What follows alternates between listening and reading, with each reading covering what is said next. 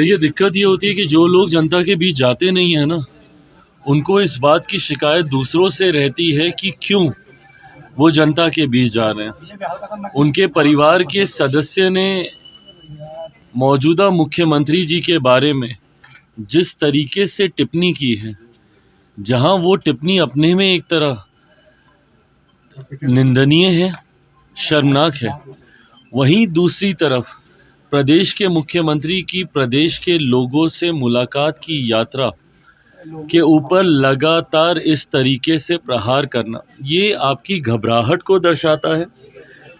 क्योंकि हकीकत है ये कि जब तक ये लोग सत्ता में रहे थे, कभी इन्होंने जनता से संवाद करना या जनता के बीच जाना ज़रूरी नहीं समझा। जब जब ये या इनके परिवार के सदस्य सत्ता में आते हैं तो अहंकार इतनी चरम सीमा पर होता है कि जनता के बीच जाना तो दूर, जनता के लिए दरवाजे भी इनके बंद रहते हैं। ऐसे में मौजूदा मुख्यमंत्री नीतीश कुमार जी की इस यात्रा के भय से, ये डर का ही परिणाम है कि एक के बाद एक जहां व्यक्तिगत टिप्पणियां मुख्यमंत्री जी के ऊपर की जा रही हैं, जहां अशोभनीय टिप्पणियां उनके ऊपर की जा रही हैं, तो ये बेफिजूल के आंकड़े डाटा निकाल के दिखाए जा रहे हैं। क्या इससे पहले जब इनके परिवार के सदस्य इस पद पर थे और वो लोग जब किसी कार्यक्रम में जाते थे तो क्या उस पर खर्चा नहीं आता था? ये एक व्यवस्था का हिस्सा है, पर इसको इस तरीके से प्रदर्शित करना, इसको इस तरीके से दिखाना आपकी घबराहट को दर्शाता है। आगामी विधानसभा में उपचुनाव ने दर्शा ही दिया। जिस तरीके से 4 सीटों पर उपचुनाव हुए थे और एनडीए का 100% स्ट्राइक रेट रहा था इस उपचुनाव में, और उसमें तो कई सीटें ऐसी हैं जिसको ये लोग अपनी जागीर मानते थे। बेलागंज जैसी सीटें ये लोग सोचते थे कि हम लोग कभी इस सीट को हार ही नहीं सकते। जब ऐसी सीटें ये लोग हारे हैं तो इस बात की घबराहट इनके मन में इतनी ज़्यादा है क्योंकि परिणाम इनको अब दिखाई दे रहे हैं। मैं मानता हूं कि इन 4 उपचुनाव ने कम से कम इतना तो दर्शा दिया कि जो हम लोग का लक्ष्य है 225 सीटें जीतने का 2025 बिहार विधानसभा चुनाव में, उस लक्ष्य को हम लोग पार करने जा रहे हैं। और इसी बात से डर कर ये लोग बिना बात का विषय उठाने का प्रयास कर रहे हैं। जो चीज राज्यसभा में देखी जा रही है, कांग्रेस के लोग लगातार हमलावर है भाई प्रेसिडेंट पे, कैसे देखते हैं इस तरह की?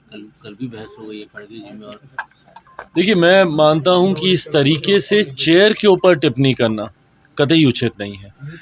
और कांग्रेस और इनके तमाम घटक दल जिस तरीके से कॉन्स्टिट्यूशनल पोस्ट पर, कॉन्स्टिट्यूशनल संस्थाओं पर जिस तरीके से ये लोग आरोप लगाते हैं, ये सही नहीं है। आप अराजकता के माहौल में आप नहीं जी सकते हैं। आपको संस्थाओं पे यकीन करना होगा। जांच एजेंसीज हों, चुनाव आयोग हों, एक के बाद एक हर किसी पर इन लोगों ने आरोप प्रत्यारोप लगाने का काम किया। और अब जिस तरीके से चेयर के ऊपर भी ये सवाल उठा रहे हैं, ये कतई जायज़ नहीं है। वो एक संवैधानिक पद है जो संविधान की मर्यादाओं में रहते हुए निर्णय लेने का कार्य करता है।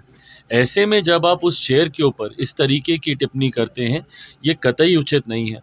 आप चुनाव को लेकर आप टिप्पणी करते हैं, चुनाव आयोग को लेकर टिप्पणी करते हैं, जिन राज्यों में आपकी सरकार बनती है वहाँ पर आप चू नहीं करते, बट जहाँ आपकी सरकार नहीं बनती वहाँ पे ईवीएम पे ठीकरा फोड़ते आप नहीं थकते। अगर आपको विश्वास ही नहीं है चुनाव आयोग पर या ईवीएम के द्वारा, तो आप बताइए ना, फिर आप लोगों ने झारखंड में इतना भव्य शपथ ग्रहण का समारोह क्यों किया?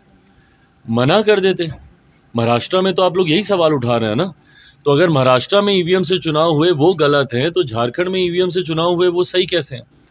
कल प्रियंका गांधी जी जब सदन में बोल रही थी, वो भी इसी ईवीएम के परिणाम से जीत कर आई हैं और उसके बाद वो बैलेट पेपर की वो मांग कर रही हैं।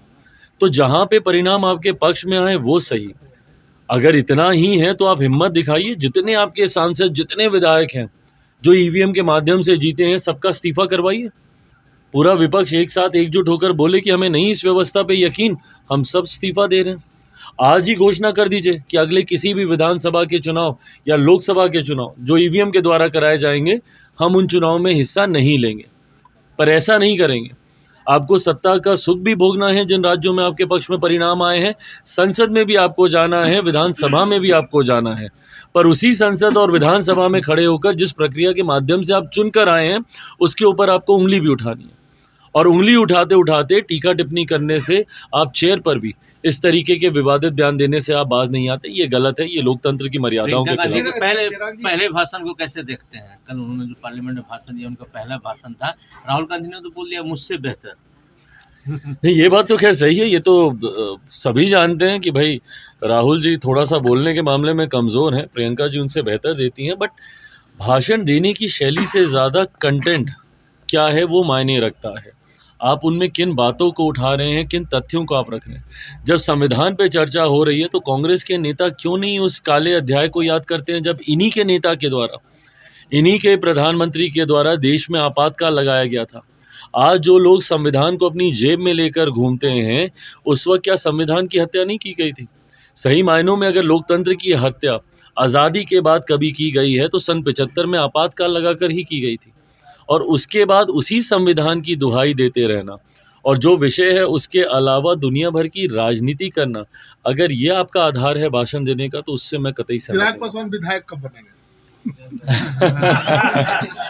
ये इच्छा मैंने ज़रूर जाहिर की है। मेरा राजनीति में आने का कारण ही बिहार और बिहारी रहे हैं।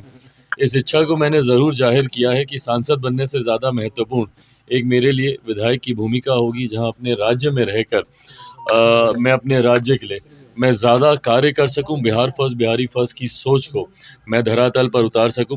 ये फैसला आने वाले दिनों में पार्टी को ही लेना है, बट मैं पूरी तरीके से नहीं, मैं ऐसा कतई नहीं मानता। फिलहाल आज की तारीख में एनडीए गठबंधन का अगर आप जिक्र करें तो चेहरा पूरी तरीके से हम लोग का स्पष्ट है। मौजूदा मुख्यमंत्री नीतीश कुमार जी के नेतृत्व में ही एनडीए गठबंधन चुनाव लड़ने जा रहा है। और मैं मानता हूं, मेरा पूरा विश्वास है कि अगले साल इस समय जब आप लोगों के साथ पुनः एक ऐसी प्रेस वार्ता हो रही होगी, तब तक मेरे मुख्यमंत्री एक बार फिर से मुख्यमंत्री पद की शपथ ले चुके होंगे। चिराग उनके बाद तो कोई चेहरा नहीं है। चिराग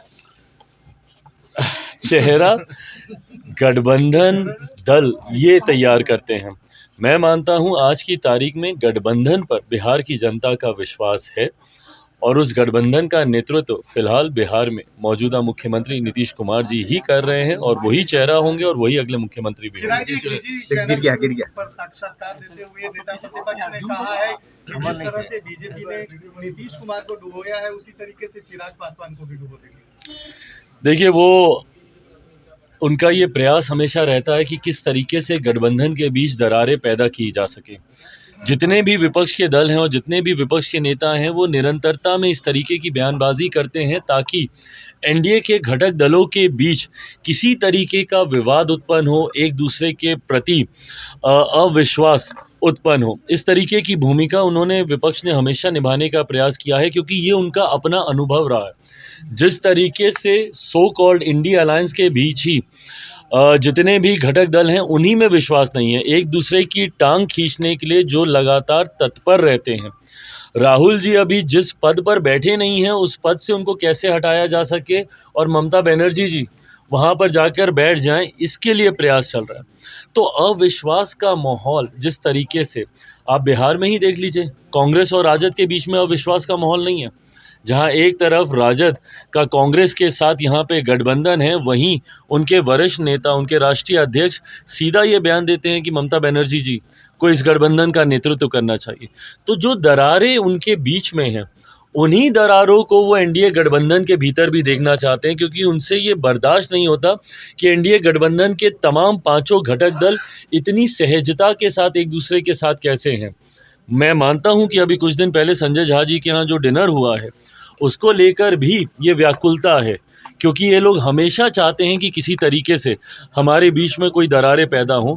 पर मैं उनको इस बात का विश्वास दिलाता हूं, मेरे विपक्ष के तमाम साथियों को, कि उनकी इन बातों का कोई असर एनडीए के घटक दलों के ऊपर नहीं होने वाला। एक साथ, एकजुटता के साथ हम लोग चुनावी रण में उतरने जा रहे हैं और इसको जीतने जा रहे हैं।